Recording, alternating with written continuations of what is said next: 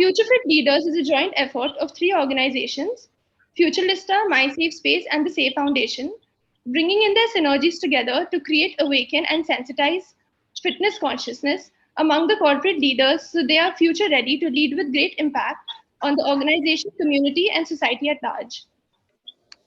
Now, I would like to take the opportunity of introducing our esteemed guest speaker, Mr. Rajiv Badoria. We welcome you warmly to our Feed Feature series presented by FutureFit Leaders.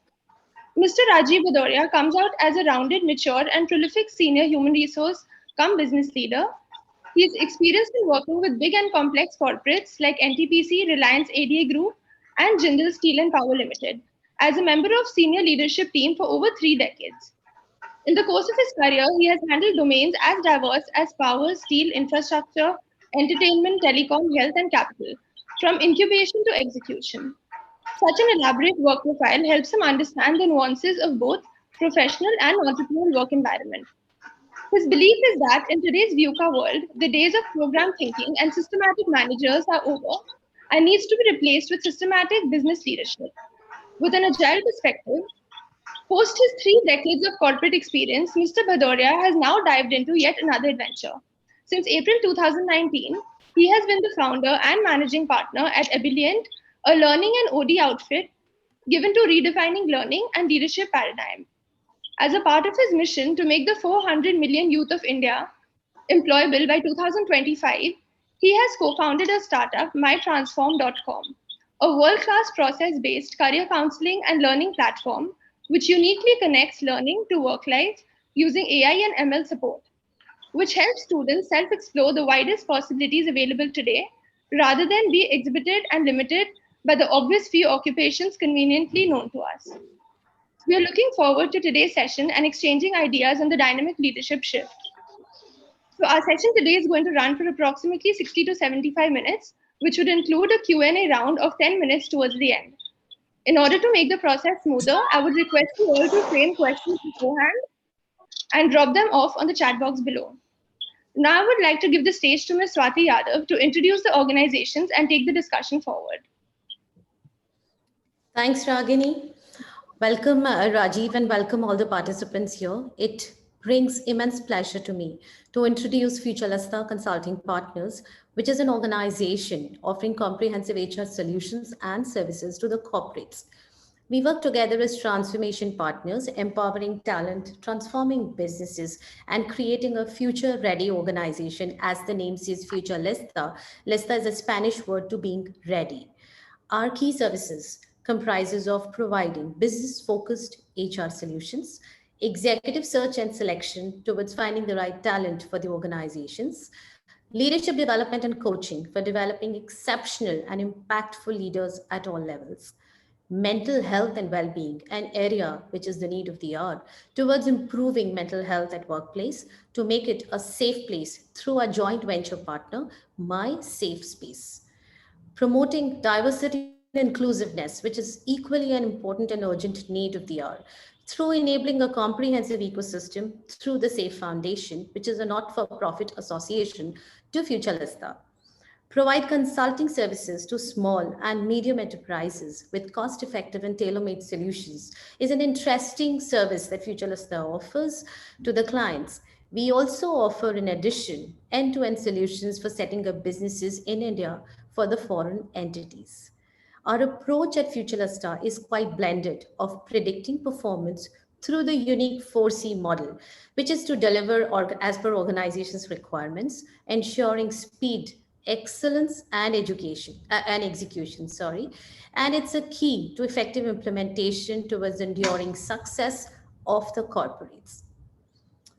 I'm equally elated to introduce the associated partner, the SAFE Foundation, which is a not-for-profit organization.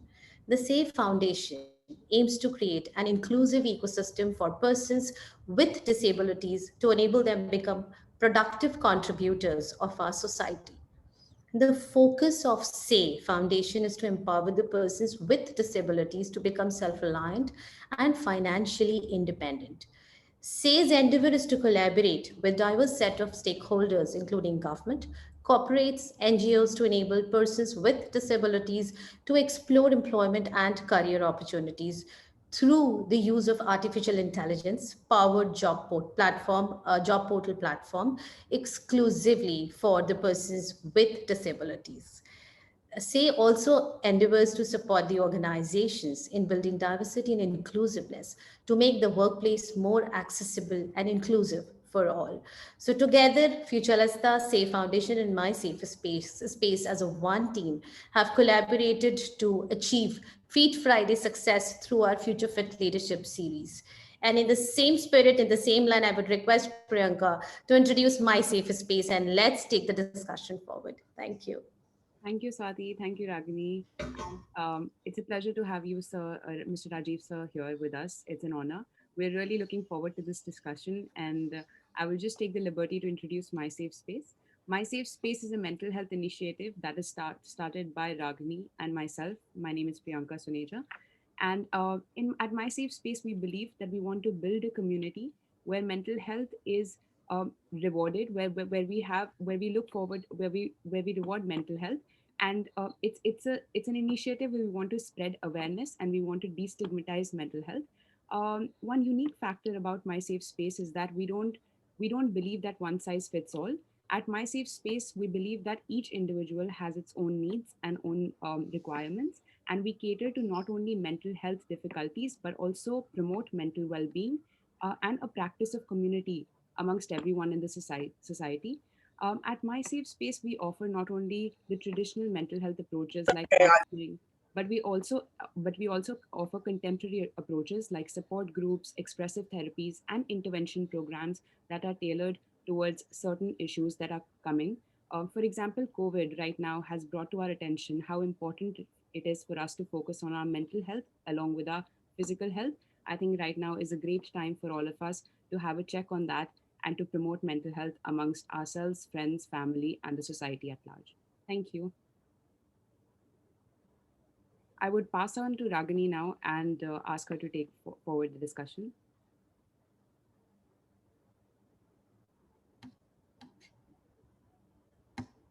Uh, Please unmute here. yeah,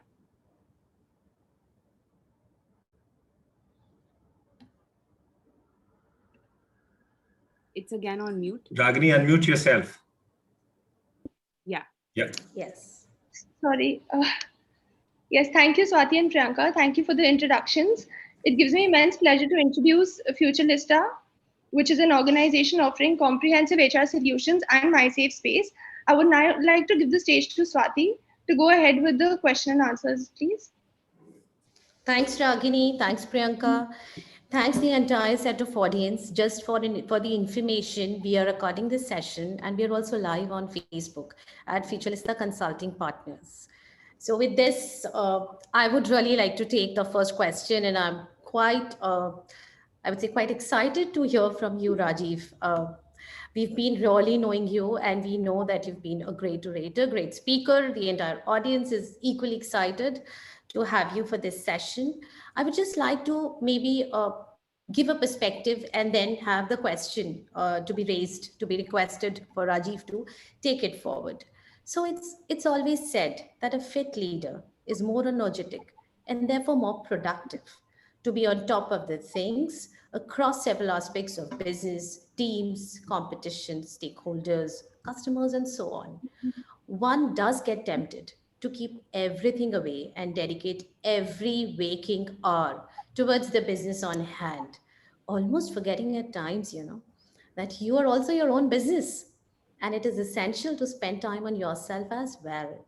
With this awakening in consciousness of mind, body, and soul, we are looking forward to gauge deeper knowledge, understanding in your experience regarding the leadership quotient to be a future fit leader. My first question to you, Rajiv, about being a future fit leader. Fitness consciousness. It's a very interesting term that we have been using and off late reading. Fitness consciousness is an essential aspect of effective leadership.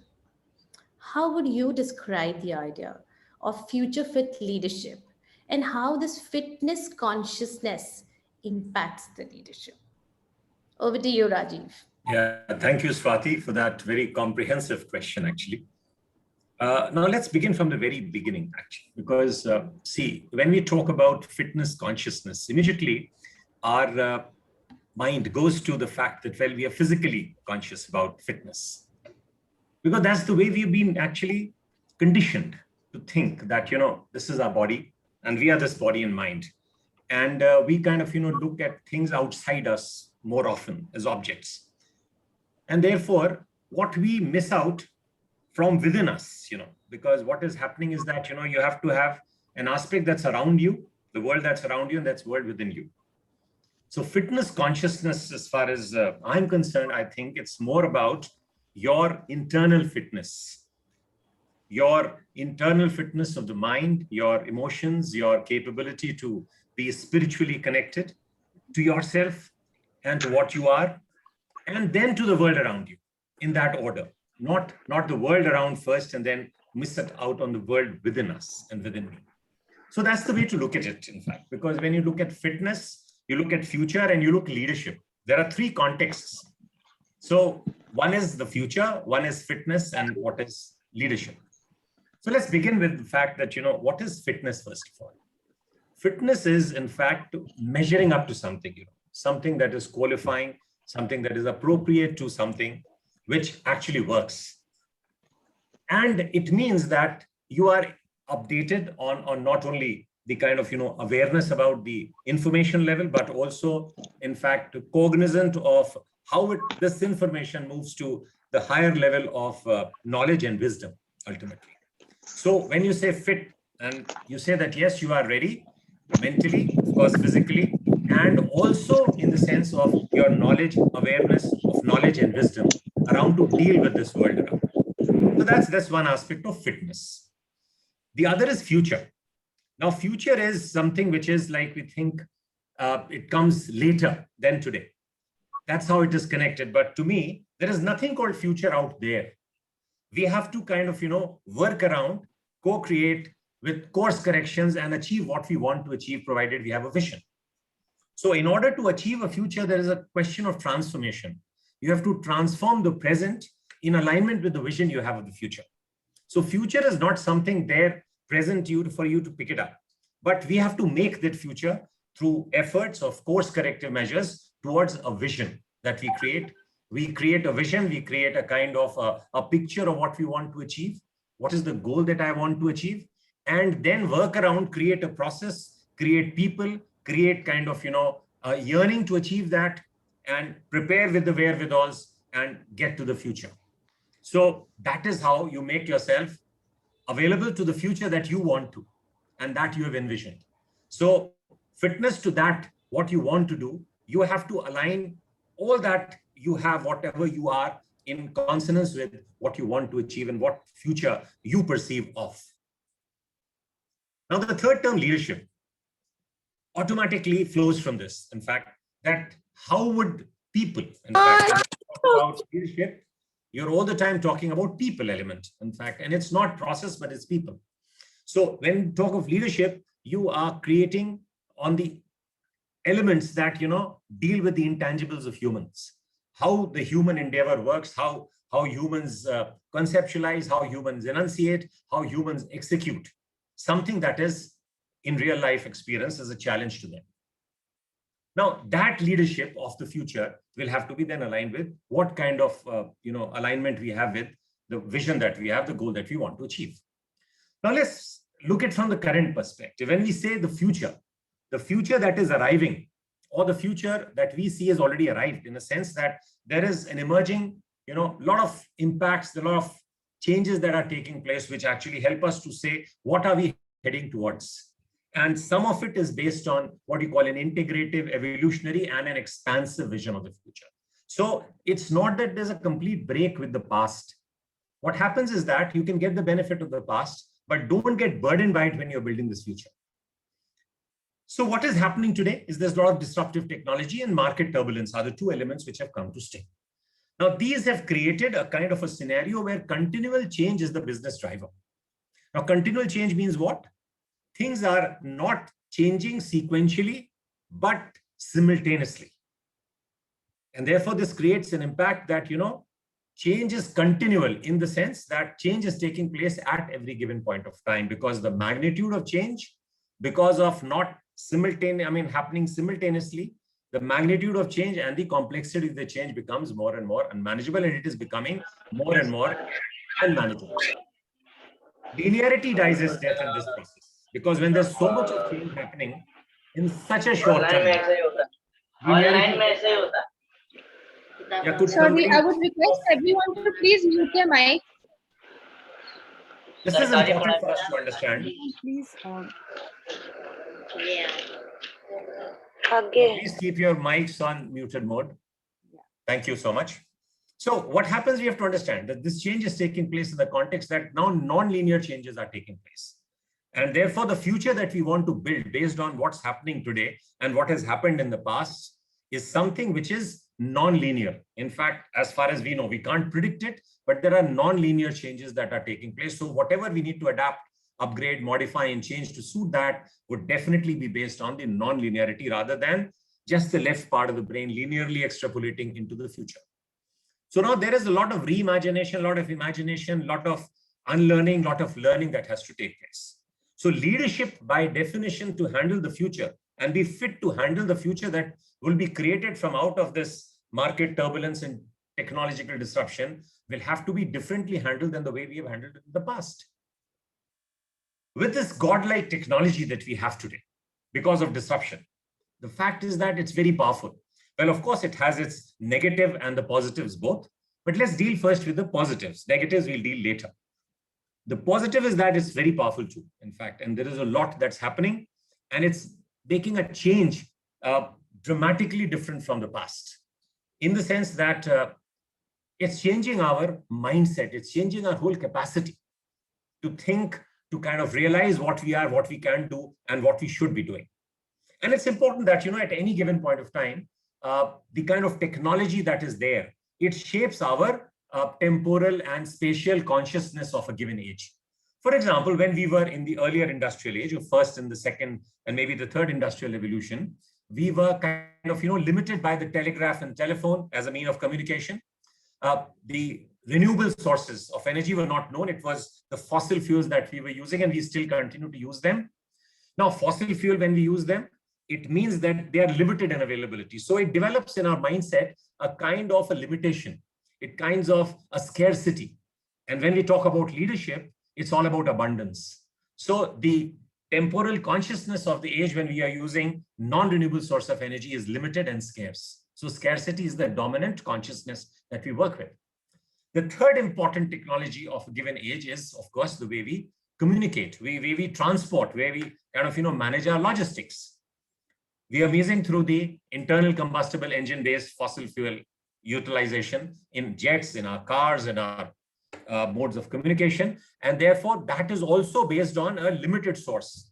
So 19th and 20th century actually achieved a plateau with the fact that 2007 came, when there's Web 3.0, 4.0 applications being provided. The business performance platforms come into place, which actually have business processes, solutions, and knowledge all fused into one on real-time basis. That becomes the springboard of the fourth industrial revolution. And the changing consciousness depending on the technology that we have now. Look at now the communication technology that we'll be having, and we have it today, is based on the cyberspace. So instead of telephone and telegraph, we have the cyberspace as the conscious space in which we communicate with. And therefore, it broadens the horizons. It increases or expands the reach of every one of us. The fossil fuels that we were using are now getting, in fact, bypassed, and we're trying to work around the renewable source of energy. Renewable source of energy are unlimited. Availability, solar and wind power, they will continue to be forever and in as much quantity that's required. The geothermal, the ocean energy, so on and so forth. It gives us a feeling of abundance. So it changes our consciousness. The cyberspace increases our consciousness to horizons beyond horizons. The renewable source of energy gives us that sense of freedom, of abundance, and changes our mindset. And ultimately, our transportation mode also, based on the renewable source of energy and automation and kind of driverless cars that we'll be using, that changes the consciousness again to much broader perspective of alignment with the cyberspace, the renewable source of energy, and the transportation based on unlimited source of renewable source of energy. So just see, this whole consciousness around changes us. It's actually about audacity of thinking big and better in a very, very different sense. Now, this is the fundamental requirement of the leadership scenario that is going to be created in the future. The leadership of the future, therefore, has to be in consonance with this changed consciousness. Instead of the geostrategic limited consciousness of the first, second, and even the third or 19th and 18th, 19th and 20th century, the 21st century would be the consciousness of the larger biospheric consciousness of the world, the globe, the universe being possibly the arena where we have to work around. Of course, we have to deal with the earth first. So therefore, the temporal leadership methodologies, the businesses, they'll also have to be run. But the principle of inexhaustible source of energy, inexhaustible sources of potential would have to be taken into cognizance. Therefore, the leadership of today will have to do two things. In fact, that shapes into the future. And to remain fit, you will have to actually do one thing, which is perform day-to-day operations, quarter-on-quarter results, and also at the same time be transforming yourself. So a future fit leadership would be doing two things. They'll be transforming as well as performing.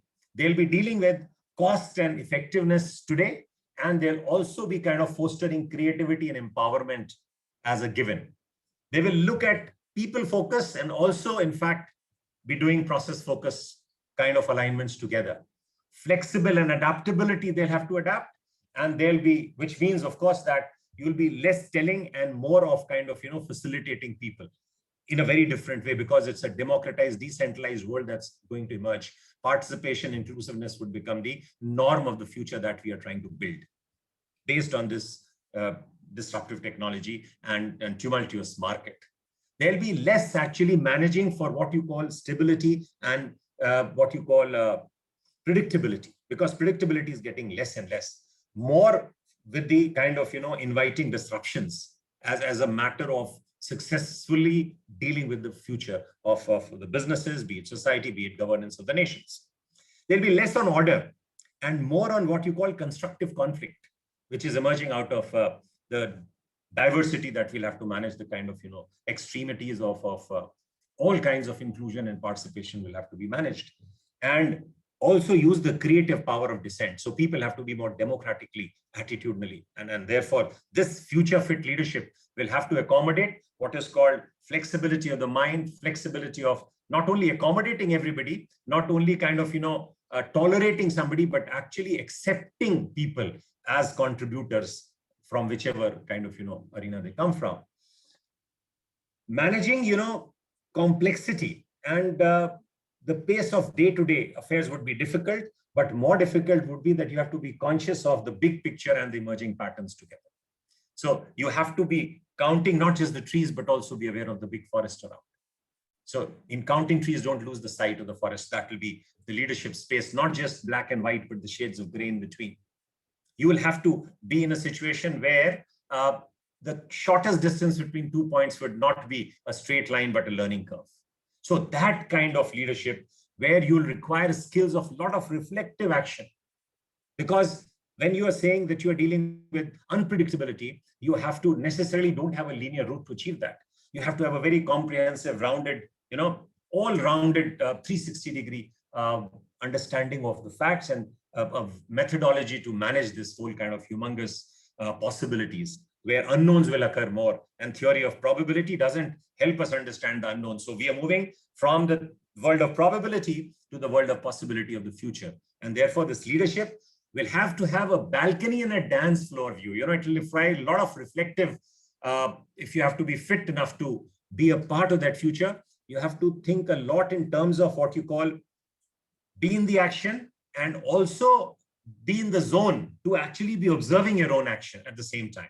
Because there's no guidance around it. Things are changing so fast. Things are changing so simultaneously, parameters are changing. So it's like what we call the good players on the field in the zone, when we call them that, yes, I'm a good Maradona, so I have to actually be aware of the moves that I have to make. And I have to also be aware about fully the placements and the audience and everything, spectators around, everybody together at the same time. And I have to still concentrate on hitting the goal. So that is the gargantuan proportion of the leadership, which will be future foot, because future would be unpredictable. Future would be democratized, decentralized in a context, and therefore less of control, less of order, more of kind of, managing the conflict and still kind of, balancing this whole apparently contradictory forces and factors. So if we have to prepare ourselves, we have to make ourselves fit for the future that is emerging the way we have explained. I think that's the kind of leadership role that we'll have to actually have, where apart from the fact that, we'll be dealing with ambiguity, we have to be comfortable with what you call taking decisions in a state of semi-dark. The complete information will never be available to you. We have to have a mindset also which will make us fit from logical to intuitive, from deductive and what you call the inductive mindset to more of abductive mindset, requiring something of a proof, ask what if questions. As a design thinker, you'll have to not just look at precedents, but create pioneering events, in fact, and unconstrained by the past. You have to be quick to decide, yes, that's fine. But also you have to hold multiple options, because to deal with something like even a corona, the not only the first kind of corona impact, but also the multivariants that emerge and that will emerge, and many such coronas that will emerge in future. There's nothing like right and wrong, but here there'll always be a better way. So leadership mindset has to be that, it's not right or wrong I'll be getting confused with, but I'll find a better way. Instead of getting uncomfortable with ambiguity, I'll relish ambiguity. I'll relish ambiguity because that is the natural way in which, the future is going to be created. Not look only for results every time, but more of meaning and purpose. Because ultimate happiness depends, as Seligman has put in very well in an equation, happiness is equal to pleasure plus engagement plus the meaning. And therefore, this new leadership will have to find not only the day-to-day working pleasure, but get engaged to that commissioned, in fact, requirement of the kind of construct that you have for the future, and then find meaning into it from linearity to non-linearity. I think that is the basis of the future and the alignment of leadership mindset, temperament, emotional, spiritual, and intellectual guidance that we'll have. And therefore, if I say fitness to be prepared for leading in the future, one has to be not only prepared with what I call the IQ, EQ, SQ, and PQ, which is commonly told as intellectual quotient. And an intellectual quotient had been valued so far because it works well in a linear environment. But when a non-linearity becomes a reality, then your spiritual quotient and your emotional quotient, because how do you maintain your balance, like in today's context? With this corona and this kind of environment of negativity around, it's those who will be more stealth-wise, stronger mentally, emotionally, would be the ones who will actually win the battle ultimately. And just these skills are not enough, because what now would also be required, that you have to have an entrepreneurial intelligence. You will have to display a strategic intelligence with a very different disposition, where you are balancing the current performance and the future potential and what you call the transformation. You're dealing with transdisciplinary approach because life is getting more complicated. Not one discipline will do.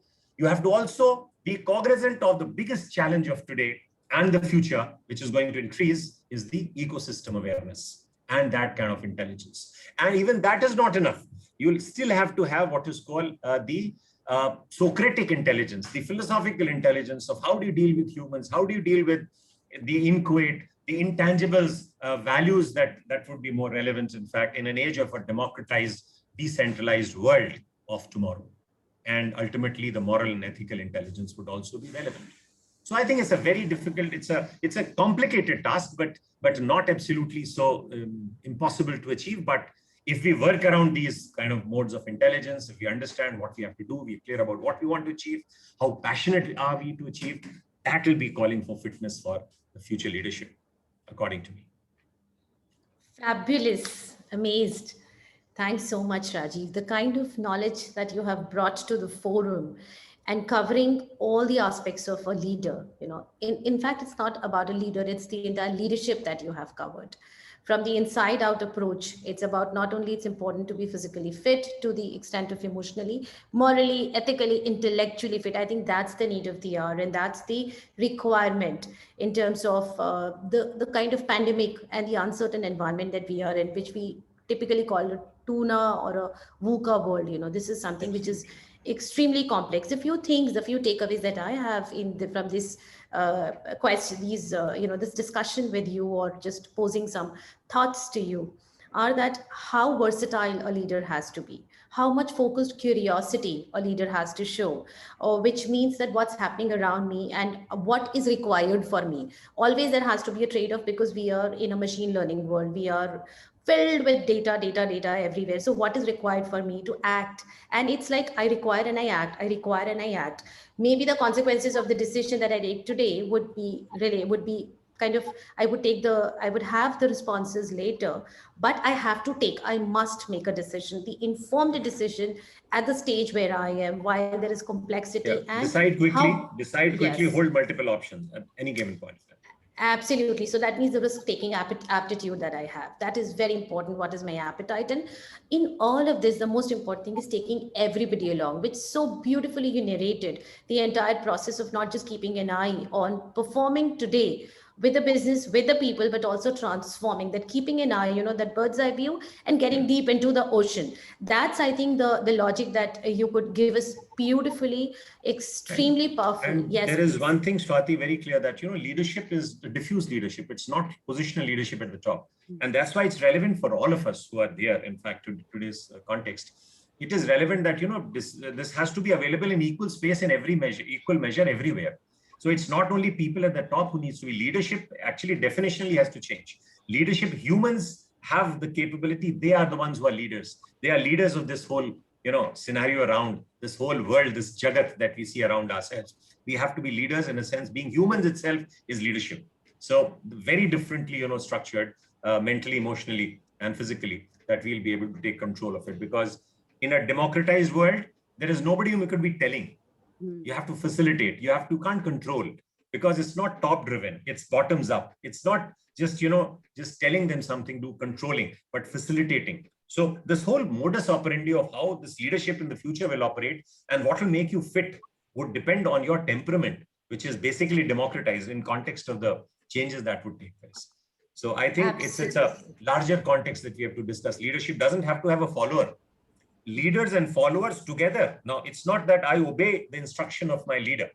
There's no leadership follower relationship that we had in the old model of the earlier consciousness that I was talking about, where control could be kind of, because the organizations were vertically organized and they were big and huge and so on and so forth. They were not horizontally not dispersed and democratized.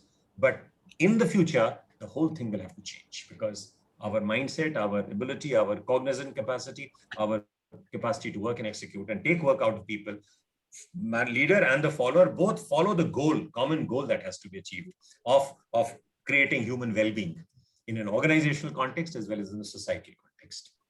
Absolutely, absolutely. And no more that we say the future is going to arrive. Future is now, here, emerging.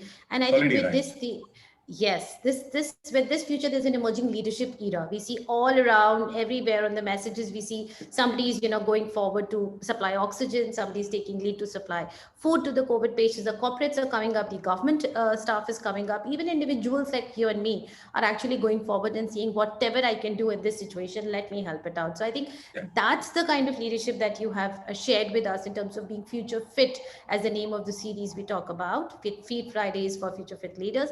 Very beautifully, very holistically, you explained it. I have a lot of notes that I've taken while you were sharing your views, and they are extremely powerful. And I'm sure our participants as the joke goes, quality is defined by fitness for use. So leadership quality will be determined by if you'll be fit for use only if you subscribe to all that we've discussed.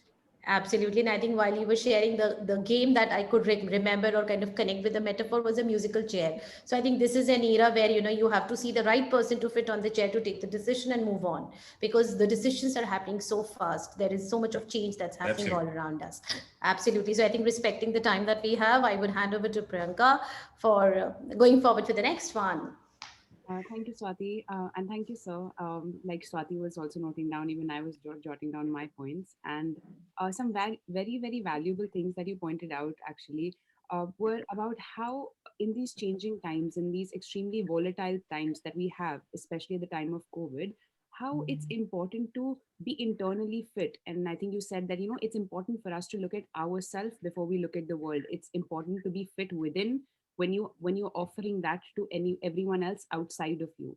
So talking about internal fitness, talking about this balance that we have to maintain within us, I would like to ask you, as a leader and in your journey, has there been a role of values that helps you maintain this internal fitness, that helps you maintain that balance, which is extremely vital, specifically now when the times are very volatile and very uncertain as well? Thank you. Absolutely, because see, leadership always was, in fact. See, the world was always volatile, uncertain, complex, and ambiguous.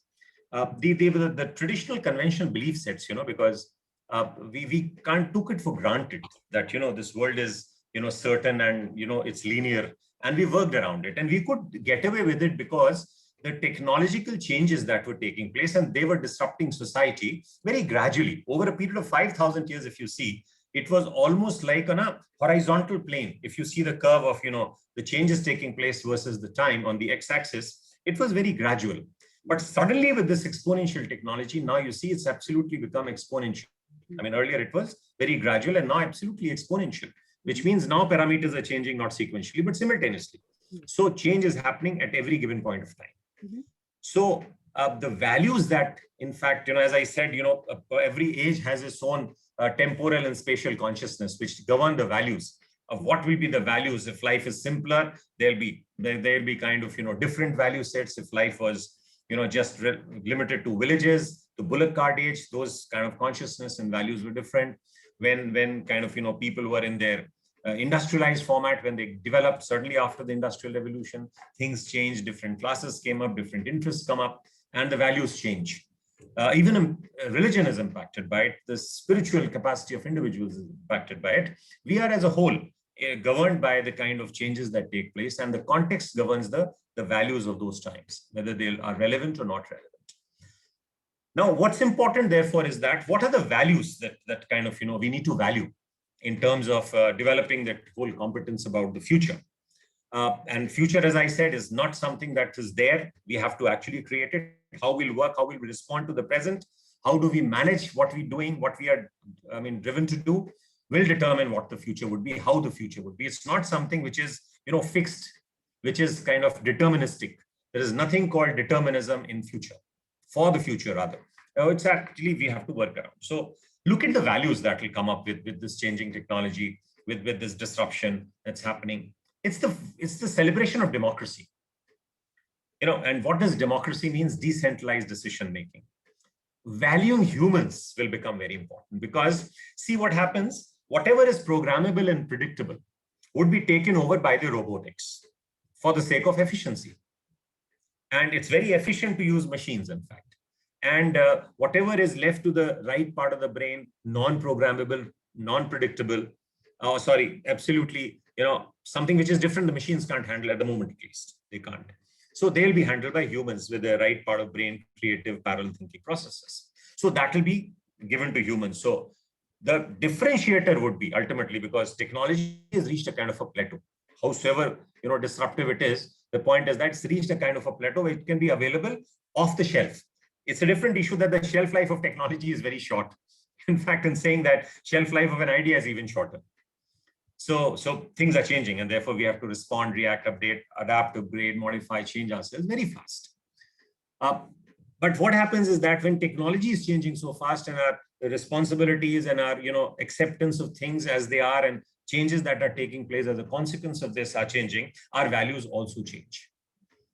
Now, what happened in the industrial age was that humans were dehumanized. In fact, the whole human values was dehumanized. You were made a part of what you call a kind of a construct mental, where humans were put in the assembly line operations, and very standardized, movement, as they say, unskilled movement of the limbs used to take place.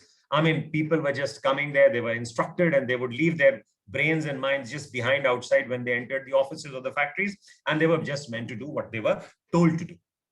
So that was the value of those times, because of the sake of efficiency. But now those jobs, transactional, would be taken by machines. And therefore, more the strategic and the portfolio level thinker will go to the humans. In the knowledge workforce era, because now even the so-called blue-collar job has a certain amount of education, certain amount of understanding of things, and they are not ready to succumb to, because of political democracy that has come in. and the awareness and the education and health and everything has improved. I mean, it may not have improved to the extent we wanted, but it's sufficiently improved for us to say that this is the knowledge workforce time. So the values that will be most important would be human values. You have to humanize your work environment. You have to humanize your society. And when I say humanize, I say it with all sense of responsibility, in the sense that we call people human resources. Now we fail to understand that resources are something which are more kind of, mechanical. They are inorganic in sense, they are the resources and material resources, basically. And in that continuation, because men and women were all doing, humans were also doing the same job. And they were kind of, living in a world of more extractive and exploitative world order.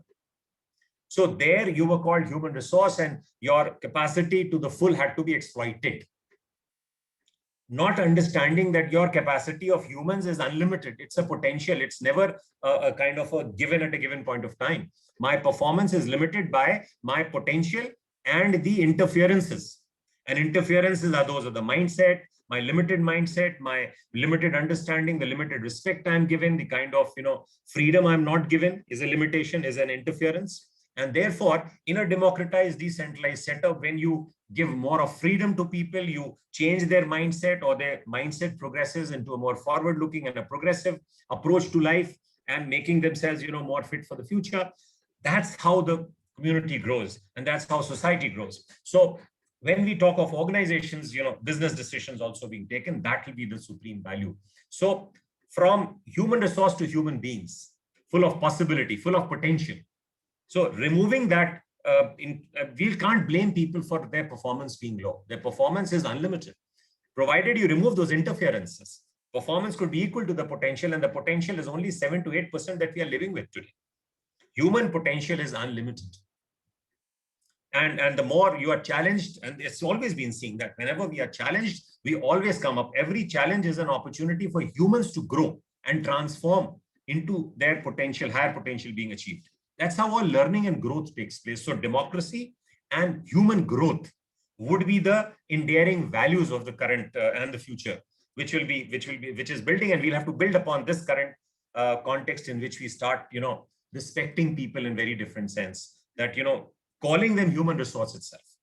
And as in fact, it just occurs to me, even you see the International Labour Organization, it calls humans as labor, that human effort is still called labor.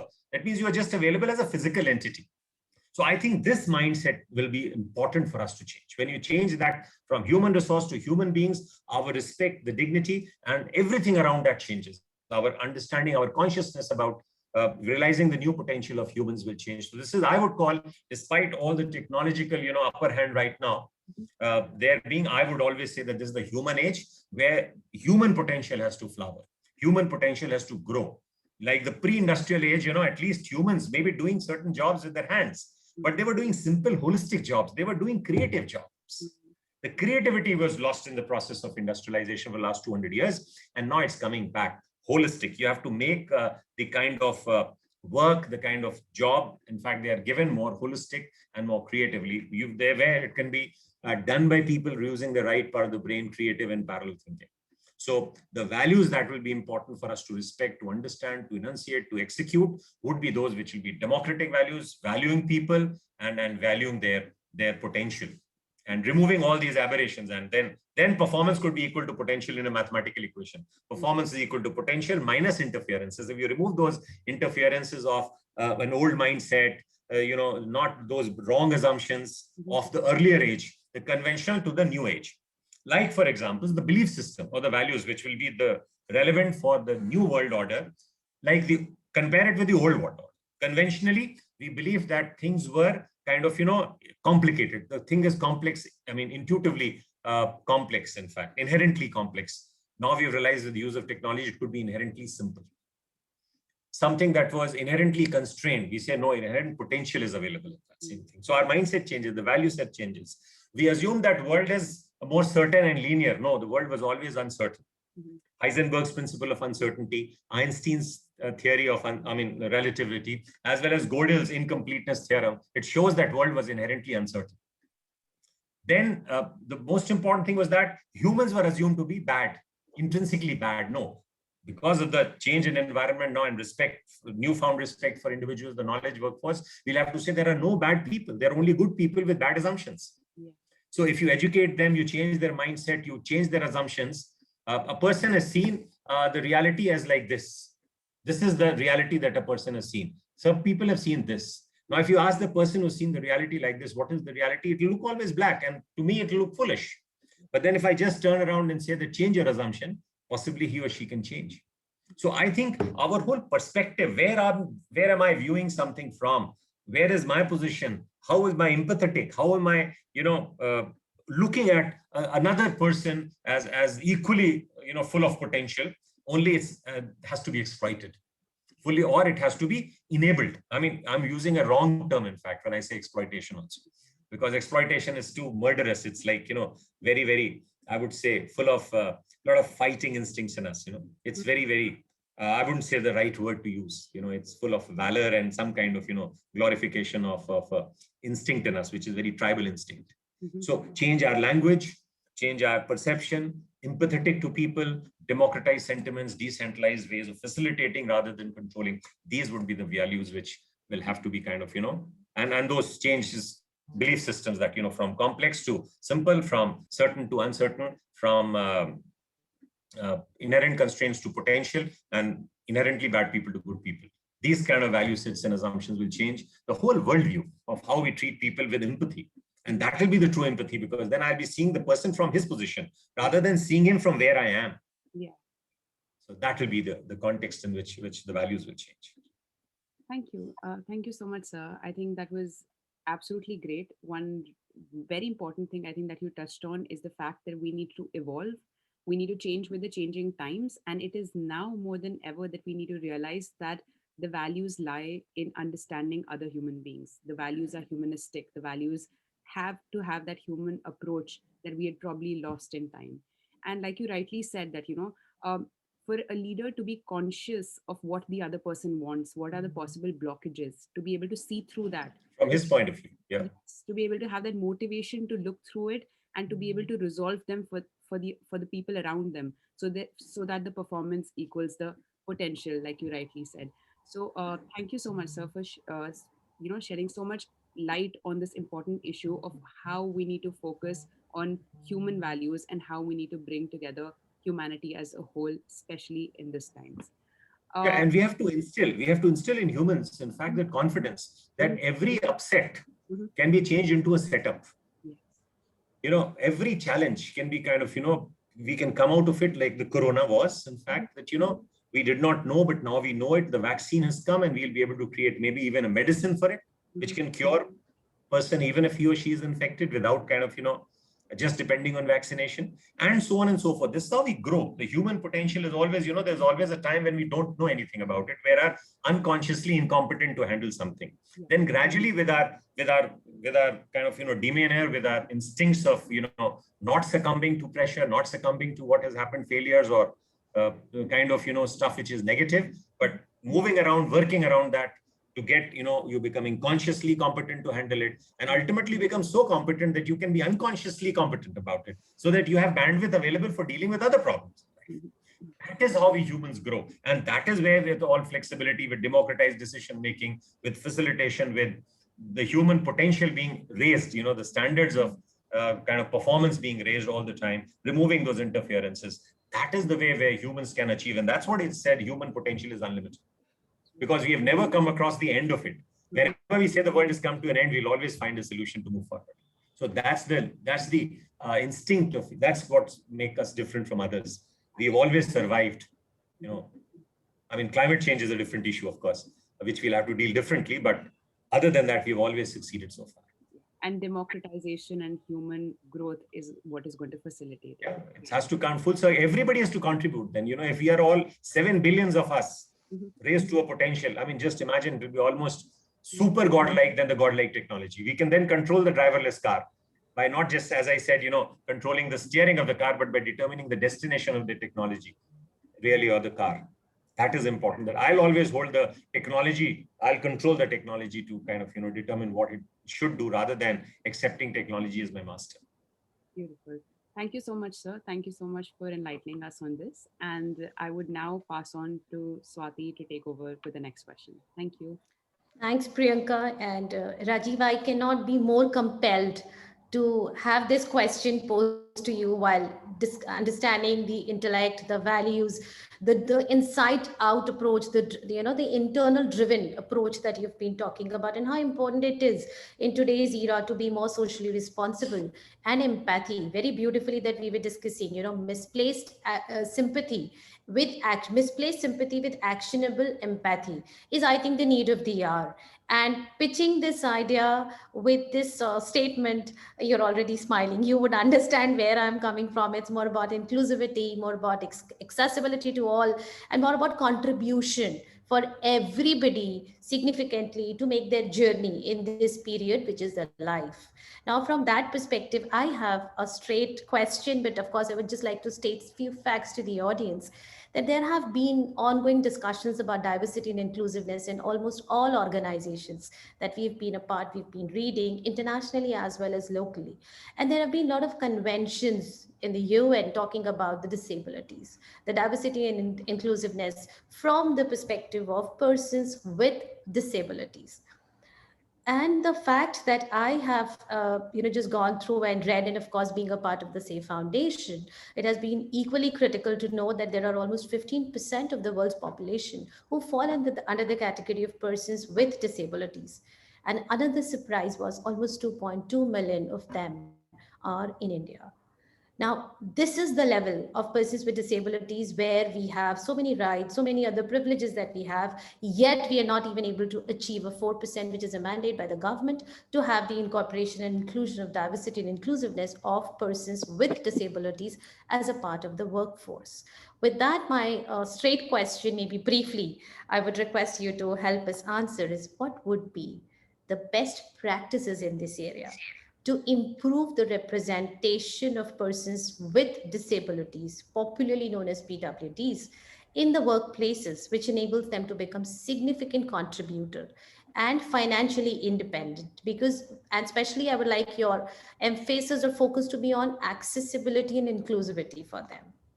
Over to you, Raj. Absolutely. I think that's very well put and very sensitive question, actually, because when I hear about disability, that's something which actually is very jarring to my ears, because they are differently abled.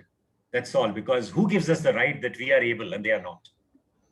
That's one thing at a level of cognizance, because what happens in our mind determines what we think, because our belief actually enables us to make our behavior different, based on that, and then behavior will determine the actions we take. So let's change it at the level of cognizance only. I mean, they're differently abled.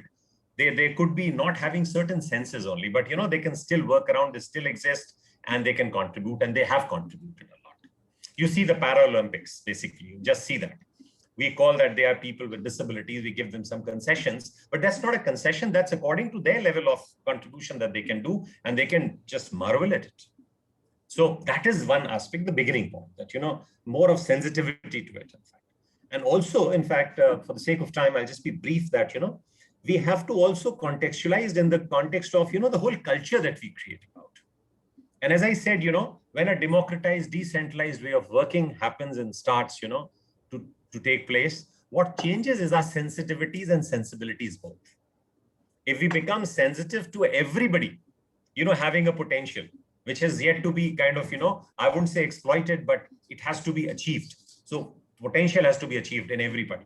So there are different levels of potential and performance, and you have to remove their interference probably is more, because maybe something is interfering to have them make that performance equal to their potential. So removing those things are not concessions, not charity, but giving them the due. So it's basically the democratic, empathetic sentiment that will help us ultimately. It's not just the tick off box of 4% or 3% or 5% of people being employed, but even if they are employed, are we able to kind of, let them contribute to their best? Are we removing all those interferences? Are we not judgmental about their so-called disabilities, which we are not able to understand as different kind of abilities of a different sense?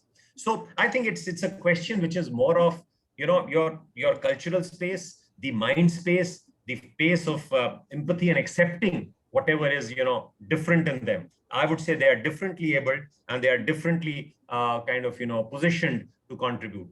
So we may not have a right or wrong answer in the sense that, the numbers are so great and numbers are so big. There's always a job which can now be aligned to the needs specifically. And their disabilities, so-called, can be actually converted into exceptional, they become assets rather than, disabilities or a drag.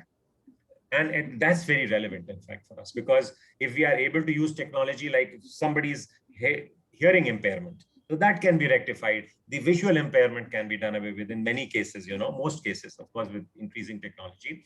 And I hope that none of these disabilities will remain disabilities or different abilities. They can always be made to remove those interferences, I would say, to help them increase their performance to match up to the potential. It's ultimately, they are human beings. They are not just labor, or they are not just disabled people. They are humans, and humans have equal potential. When they are born, everybody is born with same potential. It's the socialization process. It's the kind of, the experiences that the society makes them go through, the kind of haves and have-nots in terms of material sense. That is how, shapes their way they are, in fact, and how they look at life. That changes. So I think let's bring back that potential through technology. And this is a great use of technology that I think we've been talking about. And generally, when I've also worked around with a lot of disabilities, so-called, those differently abled people, in terms of when I was in Mumbai, in my Reliance, we kind of, started that whole program of giving the bills also to the customers in Braille. We started that way. And we were working with the blind school. And then I was personally also involved in many ways to do that. That was a big contribution, in fact, started with empathy. Understanding them, they at least, they get the bills and they feel happy that, yes, something has been done differently for me. And they were paying every bit of it. So helping them around, creating more accessible spaces in the workplaces, giving them some change of consciousness of people.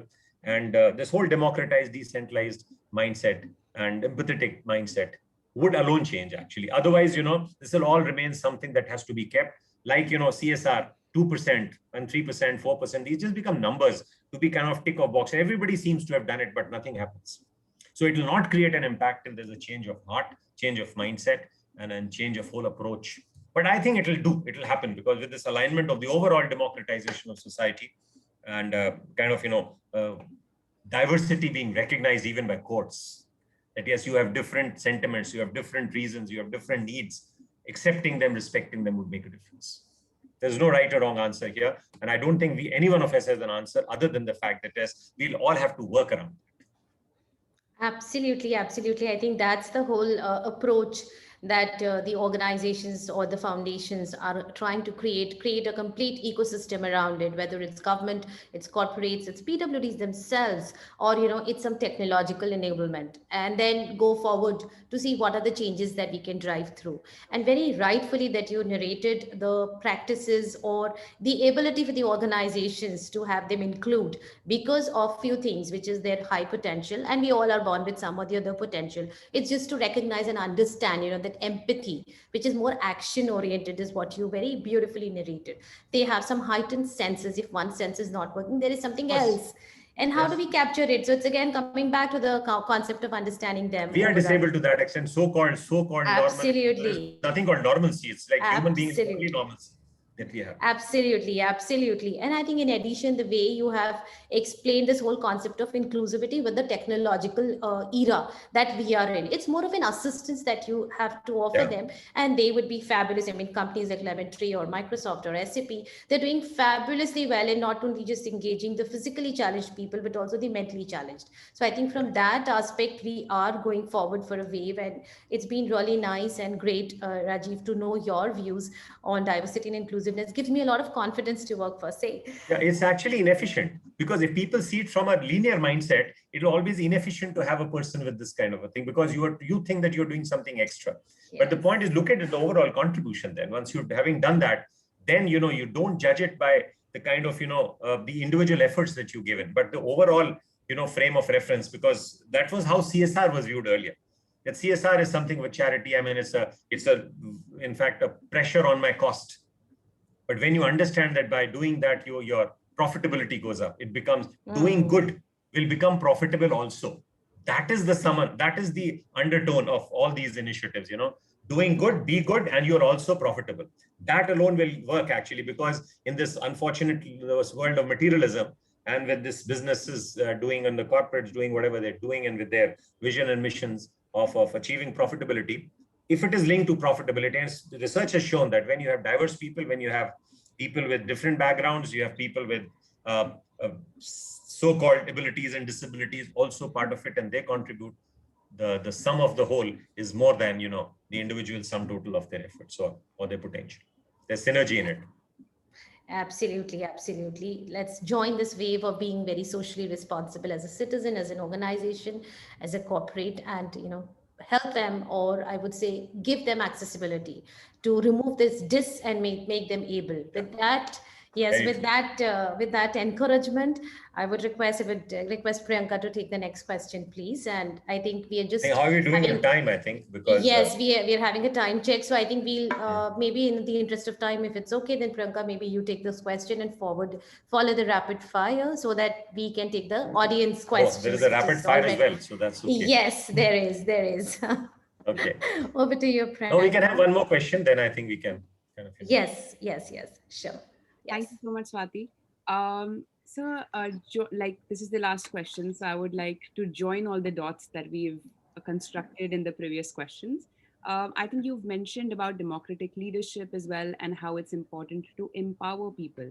And then in the last question, we've talked about empowering differently abled people and how it's important to understand where the value lies in them and to be able to bring them to their maximum potential. Having said that, I would like to ask you, sir, that this democratic leadership with a focus on individuals' contribution being vital to a leader's overall success, how would you suggest that a workplace should be redesigned, or what should be the nature of work in the contemporary workplace? I would also like to extend this question and also ask you how or what can be done in the sphere of mental health and well-being towards the employees at large in the organization to be able to achieve this as well. Thank you, sir. Okay. That's a very good question again. See, if you talk about reorganizing work based on the current context and the values that we have talked about, in fact, the last 1 hour almost now. So what happens is that, just look at from the point of view, what is the most important thing at workplace? People say engagement of employees, that people are ready to contribute, willing to go and use their discretionary power, do what they are not even expected to do. So that engagement is something which is very enlightening, that, that encouragement of people to do things which they are and do out of their discretionary effort. That's the summum bonum of engagement as a quotient, engagement quotient of people. But just look at it, the current context, the whole modern liberal economics mode of corporates working. Engagement doesn't seem to be a probability even, forget about a possibility, a remote possibility. Why it doesn't happen? Because the way we structure our work is still non-creative, it's not very enjoyable, and it's not actually customized to the needs of individuals. Rather, there's still a standardized and kind of a generalized mode of working, and those functional silos are created, and you have to fit into it. Alignment in organization is important. This term alignment is absolutely dehumanizing.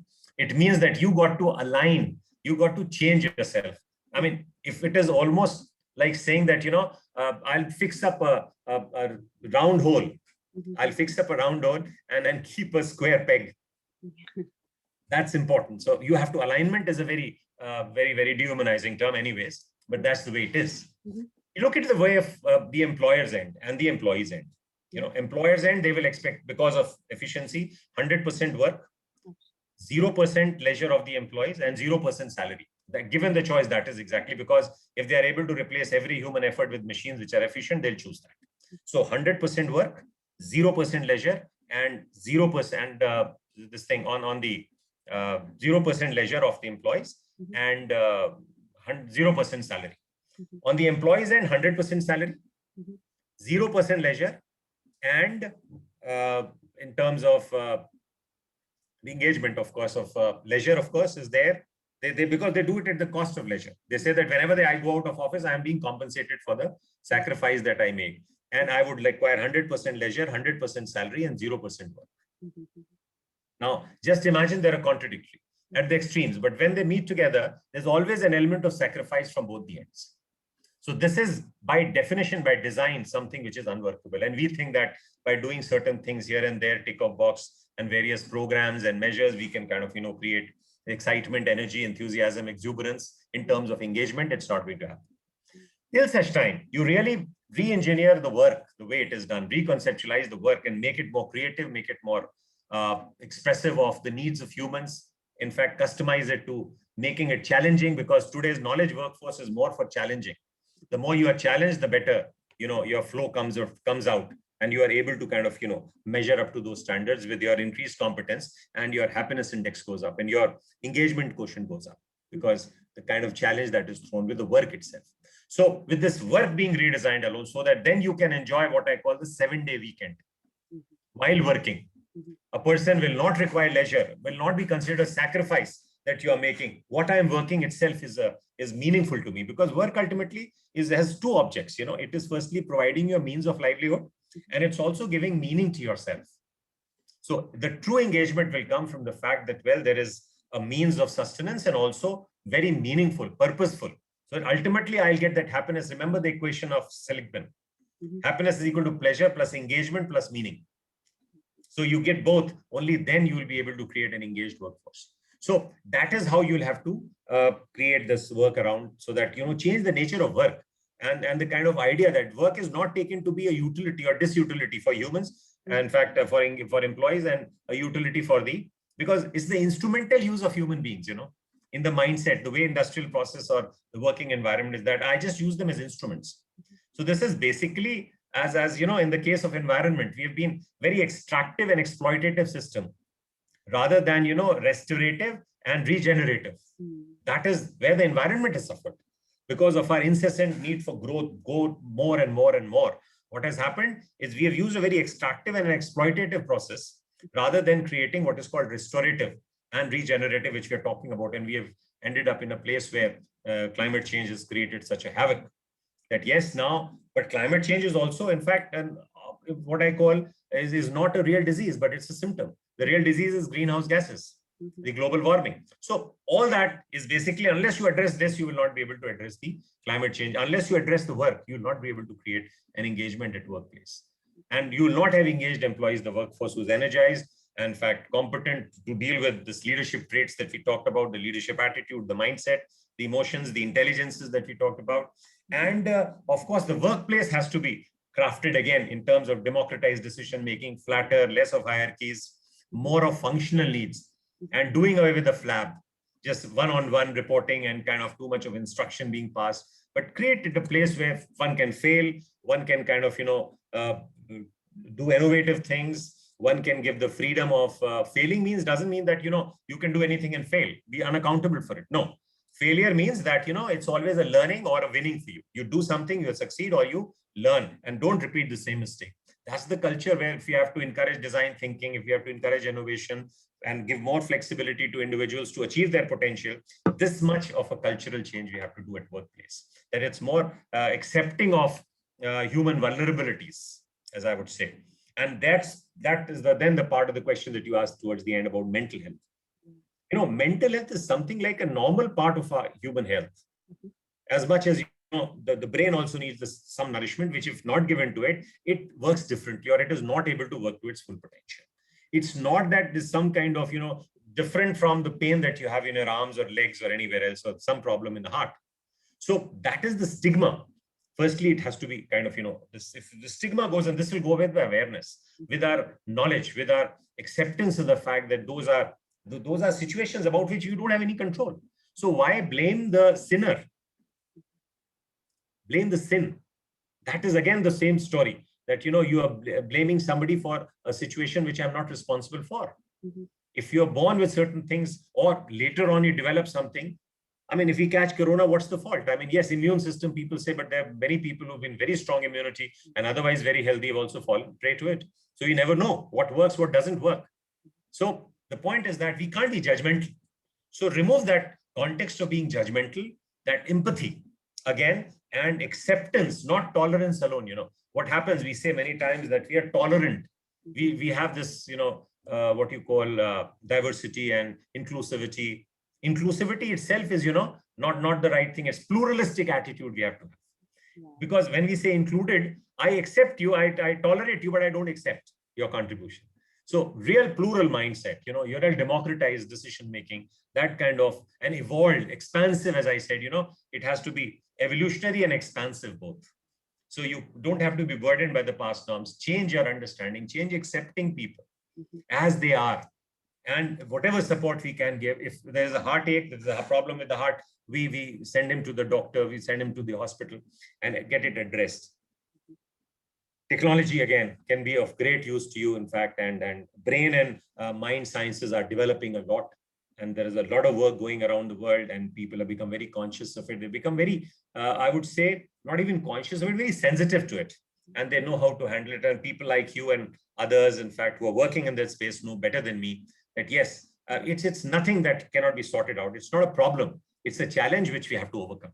So there is nothing called a problem of mental health or something that's just like any other issue of health, for which we have not found all the solutions. Like even cancer has been known for so long. I mean, Corona still, within a year, we could get the vaccine, but cancer still not, there's no vaccine which we've been able to create.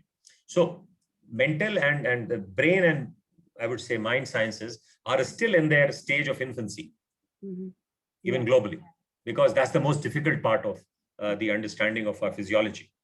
And that's where people are working. But as long as the work, I think, but acceptance, tolerance of a very different order that, I just don't, tolerance with acceptance. And my pluralistic mindset that, yes, I accept everybody's contribution. I accept them. I don't judge them, but I accept them as they are. That is the attitude that we have to have. And that will work. I think, sir, this is so powerful. When you say that you align work with your deeper sense of being, and you align the two of them together, and you also bring in acceptance, I think you've actually created a very humanistic workplace by which a lot of mental health problems by itself are resolved. When I'm closer to my purpose, when I'm feeling accepted, and like you rightly mentioned, creativity is flowing in. I have the democratization gives me the ability to practice it. I'm getting exposed to challenges. So I'm feeling more and more motivated. I'm feeling more and more participated. There is more encouragement happening. So all of these positive factors, when they are brought into a workplace, I think the workplace by itself becomes very productive, very progressive, and it brings in that attitude of, a lot of acceptance and a lot of goodwill amongst people as well. So I think, and then just a word of caution here, Priyanka. What happens is that when we talk of these things, people say it's all good to talk about these good things. They are the good things of life, and it's all good to talk. But no, when we talk about it, we are aware of it. We become sensitive to it, and that's how change will come. So that's the first step. This is the baby step that we have to take towards the great war that has to be fought. Almost, there is a big battle ahead of, because you have to fight with your own self. You have to fight with your own mental makeup and the way it is. And this acceptance of change is not easily acceptable, because you have an innate sense of fear of failure. You have innate sense of what will others think, what will be the judgment cast on me, and ultimately my own cynicism. I have to come out of it. So when people criticize this approach that, okay, this is all good to talk, good. But no, doing good will also be productive, and it also will lead to more productive environment, more productive people, and because you're removing those interferences, and ultimately be profitable too. So doing good is profitable as well. Beautiful. That is something which we have to remember. And that's what CSR, when you get the social equity of the society and the emotional equity of the employees by creating these changes in the organization and society, then only your financial equity is justified, or financial equity is made possible. Financial equity is a healthy byproduct, which is a mistaken notion by most of us. The humano-economics principles of the liberal economy, they're all kind of, the assumptions are all misplaced, and they can all be proven. There's a different point of time when we can discuss that. But the point is that they are all being challenged now. So financial equity is not an objective in itself. It is a healthy byproduct of doing other things right, societally, as well as, within the organization for employees and the emotional quotient. I can totally relate to the fact when you say that, we need to talk about it. And I think coming from mental health, I strongly believe we need to talk about things to normalize them and to be able to bring forward those values. Yeah, normalize our understanding, our acceptance of it. Very true. Thank you so much, sir, for your time.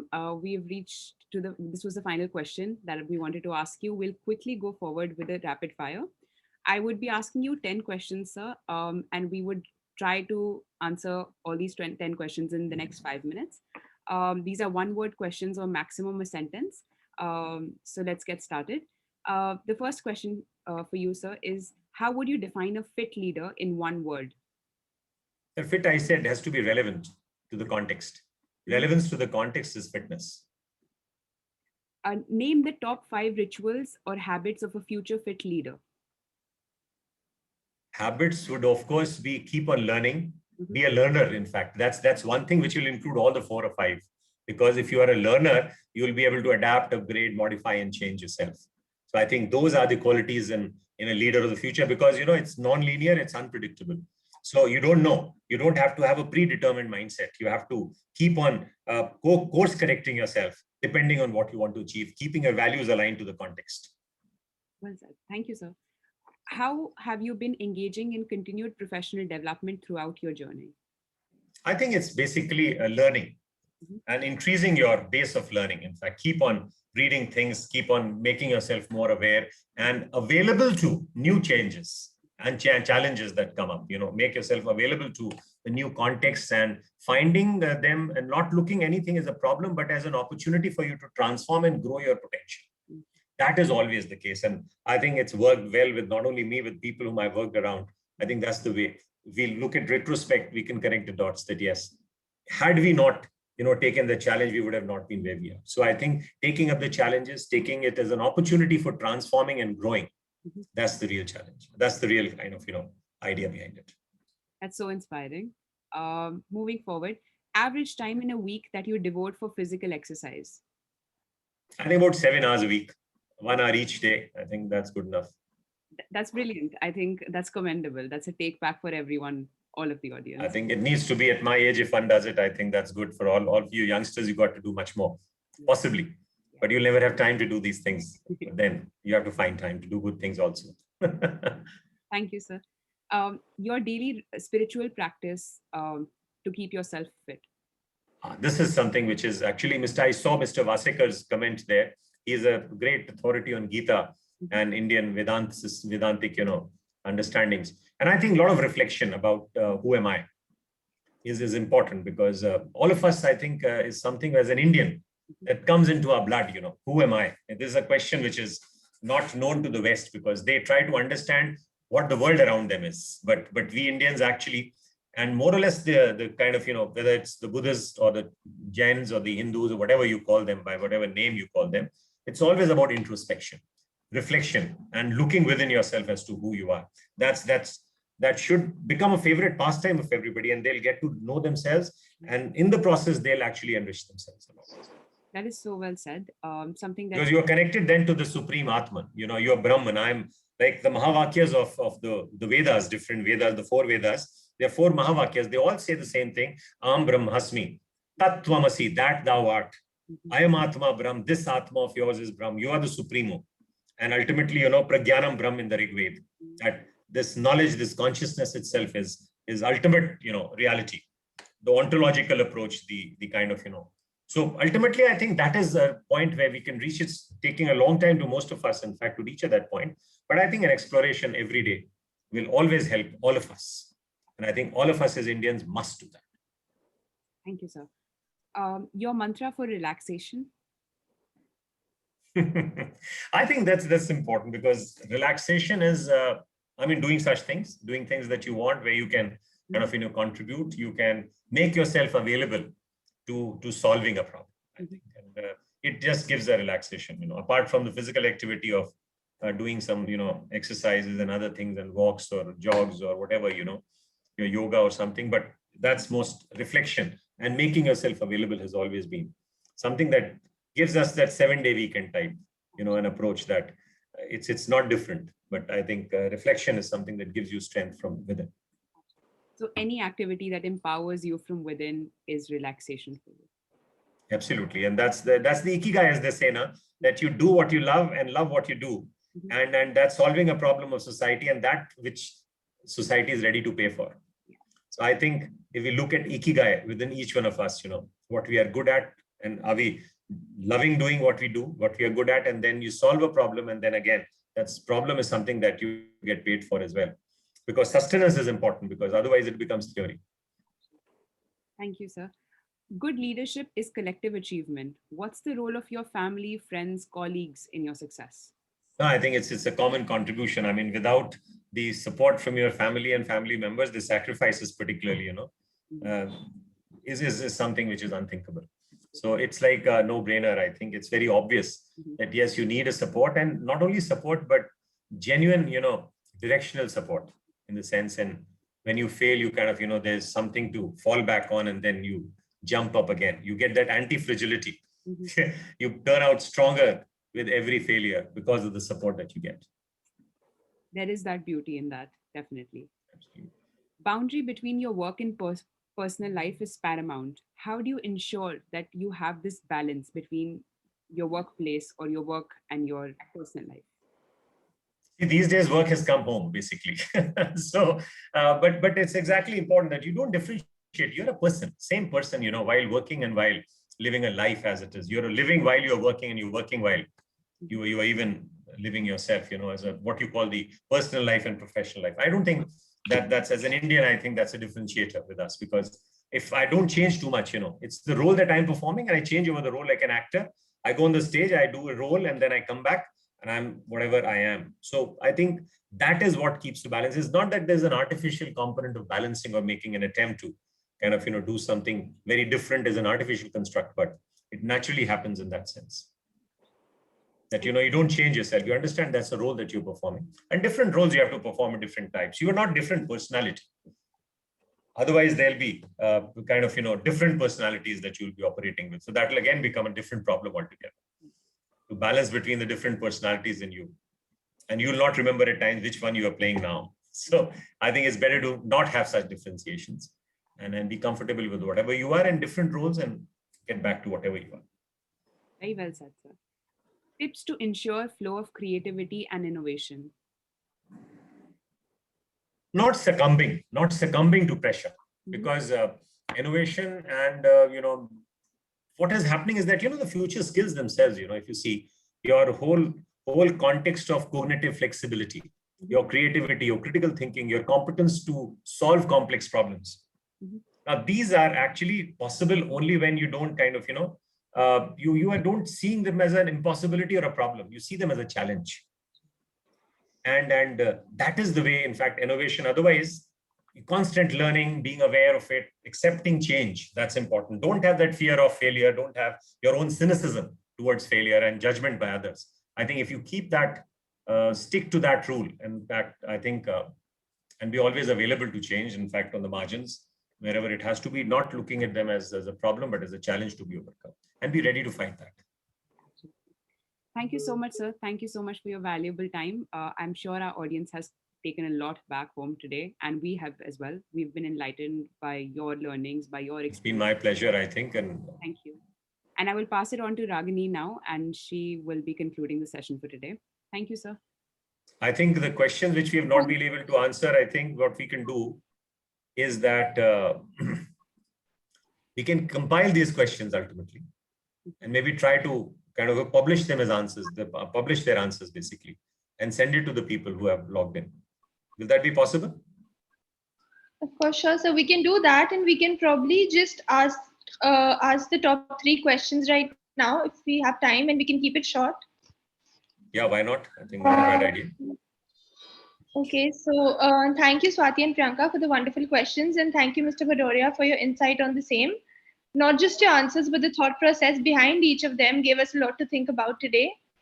So now diving into the Q&A quickly. Our first question of the evening is by Mr. Virat Manchanda, and the question is, where do you see the role of spiritual practices such as meditation in the professional space? Oh, I mean, spirituality is basically a part of human life. And it's basically dealing with how you think, your belief system, your needs, that iceberg model. If you understand, 9/10 of it is within the subconscious. So I think spirituality springs from those belief systems of yours, your assumptions about yourself, about the way you look at the world, your worldview, your perspective. So spirituality is the governance of your body, of your mind, your emotions, basically. So I think spirituality is something which is the force of guidance. It's the biggest guide. It's the North Star determining factor that, you determine the North Star and how it guides it to you to reach that North Star. Firstly, fix that North Star because of your spiritual understanding, the way you see yourself, and then you work around those things. It's not about right and wrong. Again, it's not a religious idea that there's some commandment to be followed, but you follow the route of what in the Indian Vedantic system, they say that you look at things with a dispassion, with some kind of discernment, with kind of that looking for freedom around yourself, having that yearning for freedom, and ultimately having the discipline to achieve that. So I think the spirituality gives us these 4 dimensions of dispassion, discipline, of discernment, power, and that whole spirit of seeking for freedom. Mumukshu, they say. So I think spirituality has the grand role in professional or personal life. If you are a good person, you'll always be good professional as well. Thank you. I think that's very well said. And it also talks about perspective, how everyone's perspective would make them see things differently and guide them with different solutions. Yeah, there's no one particular commandment. I mean, that's the difference between, I mean, as an Indian, I would say that. A Western mind has a different context.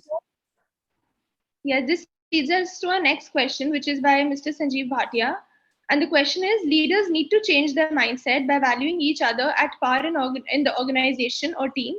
They need to ask right questions, not by pinning down the team member. So what would you say are the right questions which can help the team or members get the best solutions? Oh, I see. That's very important because that is emanating from out of these democratic sentiments that are expressed, respecting each other. How can, I mean, I'm not judging anybody, but I always see in the other a potential to help me grow. Now, when I see that, my whole outlook, my whole sensitivity or sensibility towards that person changes from looking at him rather than as somebody who's a bottleneck to me for my growth, but as somebody who can add on to whatever I am doing and add it to the synergy of the organization perspective. Now, asking about what questions. Now, see, these adaptive needs, adaptive situations call for asking more questions rather than finding solutions. Then the questions would always be, is there a better way? Not getting lost into right and wrong. Is there a better way to do anything that you do? And that's the springboard for all innovative and decision design thinking basis of, creating the prototypes, then doing the iterations, and then scaling up soon and fast. As looking at, is there a better way? I think that's one question. If you ask yourself, that will be the determining point, in fact, of getting all the answers. Every time you are there, you'll always have to find. So there's one single question, there could be multiple, but I think this mother question is there a better way, or am I getting lost in right and wrong? Most of us, most of the time, get lost that this is right, this is wrong. Fine, try it out. Is there a better way? If there's a better way, that's the design thinking is based on, this whole pattern. That what will kind of, wow the customers? Is it viable commercially also? And is it possible for us to produce on time with those iterations? And that's how you're scaling up. Ultimately, if it is acceptable, the prototype creation should be fast. Based on, is there a better way? So there's a better way. I create a prototype, then I iterate, and then ultimately I scale it up. That's about the startup mindset that you can call innovative mindset, that you call design thinking approach. I think in short, that can all be understood and expressed like this. So this is actually, I have a question which is extended to this. How you said in the beginning that the shortest distance between 2 points is not a straight line, but a learning curve. And now there are non-linear ways of doing things. So if I extend this to the previous question and ask you that, yes, it's about perspective, there's no right or wrong solution to it, but to find this non-linear way and to find an opportunity in every challenge to grow, what inspires you to do it? And how do you think somebody can find that motivation within themselves to be creative during a crisis as a leader? See, that's the way, in fact, have to find a solution, because in a crisis, in a non-linear situation, there are no right or wrong solutions, because you have to explore. Exploration, that there's a whole process of exploration funnel based, learning, where you filter out, in fact, through kind of, looking at solutions immediately, and then kind of, keep on filtering, iterating and creating. I mean, once you've created a prototype. So it's not a question of how do you do that, or whether you are doing it or not, whether you're able to do it, but that's the only way to go about doing a problem, because a non-linear problem in the world of possibilities, where there are billions of problems. The point is that there are billions of solutions, but you can't find those billions. One good solution is good enough for you to work around with in this world of possibility. Always remembering that if there are billions of problems, there are billions of solutions. I can find one, and that's good enough for me to move. And if there are so many problems or possibilities, there's nothing which is impossible also. So that gives you the strength that there must be a way out, and there is a way out. So it's both ways, there are humongous problems, the world of all possibilities, anything can happen. But in that context, the reverse is also true. Nothing is impossible. If anything can happen, then nothing is impossible either. So I think we have to always constantly fight that, keep on balancing between what is possible, not possible. But I have a firm conviction that yes, every problem has a solution. It's only a challenge. It's not a problem. It's all a challenge. And ultimately, you can just help yourself. The only decision you have to make is help yourself to grow. Take the decision to transform yourself in alignment with the problems, what you see. And then, it's an opportunity for you to grow. That's how human growth takes place, from unconscious, what you call incompetence, to conscious or unconscious competence, that you're ultimately so competent, level by level, you cross up, asking these questions that, is there a better way to do it? And so we'll end it with a last question. Yes, thanks. So we'll end it with the last question for the day, which is by Mr. Pulin Mehta, who asked that, how do you convince your workforce to remain motivated towards working despite having to enforce pay cuts due to the current situation? I see, Priyanka, I think Ragini, I made that point very clear that, when a hygiene is something that was looked upon as important, for employee satisfaction. But people in this knowledge workforce here are more towards challenges. They kind of, are not reasonably comfortable with hygiene factors having met there, and they all understand the problems that are there. If there are genuine problems, they all understand. It's not that, you're cutting smart at them, that's not the way out. But the problem is that hygiene itself is not a major concern. It's more, if it is challenging enough, it gives them that kind of work, if it is redefined and it's really what they love doing and they find challenge in it, an opportunity to grow. I think people are less mindful today about the salaries and promotions and some factor of hygiene being cut short. As long as they are being valued, they're creating values and they're being respected and recognized as creating ones, and they're inspired enough to do that, rather than, motivated. Motivation is something that requires an external prop, like salary, or some salary cut or salary increase. It's both a prop and external prop. But inspiration is something that exists from within, so that it can exist from without. It does not require an external prop. It's that inspiration within me which actually helps me all the time to achieve more and more, in fact, and move towards that, self-actualization space. All humans want it.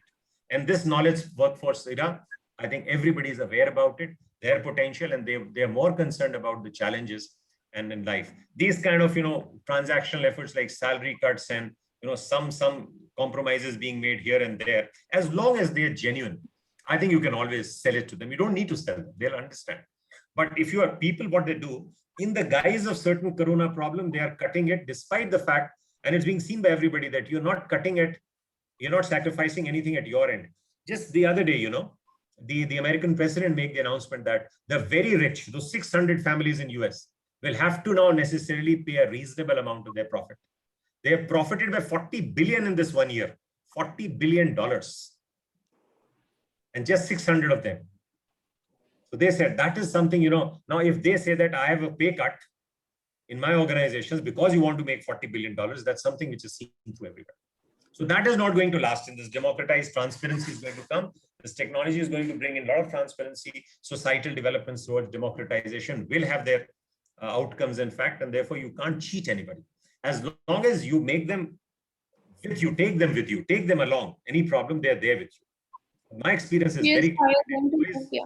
Employees never become a problem for not accepting a small pay cut or anything that's required. They are more than ready. They're ready to share with people who need not be kind of, when proposals have been given all across that, your salary cut is required because others can also, so that we can share that, what you call the poverty in the entire organization. People are ready. But if they see themselves being cheated, that is something that's something which cannot be done. It's just not possible for you to do it also. You'll always have to bear the repercussions. You may get smart once or twice, but you'll always get caught in the end. Thank you, sir. Thank you so much. And thank you so much for such an engaging session. Thank you, Swati, Priyanka, and Mr. Raj. Thank you. And we are looking forward to seeing everyone. Yes, and we're looking forward to seeing everyone next week for another fruitful conversation on transformational leadership and riding through the waves. like I said, we're going to have the series every Friday, and we'll keep you posted for the next session. Absolutely. Thank you so much. And thank you for the lovely audience we had. I think, Thank you. We're just unfortunately, going we to couldn't share our answer, but details. yes, we're going Yes, to and answer we're going every to share question. our details. Yeah. Sorry. Yes, so I think what we will do is we will consolidate these questions and we will forward it to Rajiv. We'll try to have these answers sent to the concerned audience who have given us their valuable time contribution, and they really need to know, they have that curiosity. No, I found very good questions. I think I was Very, there. very, Very very interesting impressive. question. Yeah. Very impressive. And I think we've got a lot of positive very aware remarks from audience the here. audience. Yeah, I know. Yes, yes, yes. So thank you, Rajiv, for having you here. Pleasure. It's been our pleasure. We are really elated with this session. Thank you, Priyanka, Ragini, the participants, the entire team of Futuralista Say and My Safe Space to make this work well. Thank you very much. Thank you. Thank Thank you very much. Thank you, Thank you. everyone. Have a good evening. Thank you. Thank you.